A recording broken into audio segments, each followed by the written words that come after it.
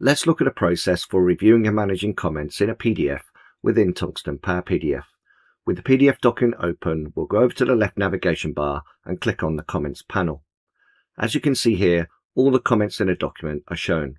We have several options to change how the comments are sorted, and we can sort by author or date. We can also filter the comments by specific type of comments they are, as well as sort or search the comments. You can also use the checkboxes to ensure that you address each and every comment. And lastly, Power PDF provides tools to export or summarize comments. As you can see, there are several options available. Let's go ahead and create a comment summary with the content of comments linked by lines. A new PDF is created where the comments are clearly displayed with the lines pointing to the comments within the document. You can also print a document summary should you wish to have a hard copy.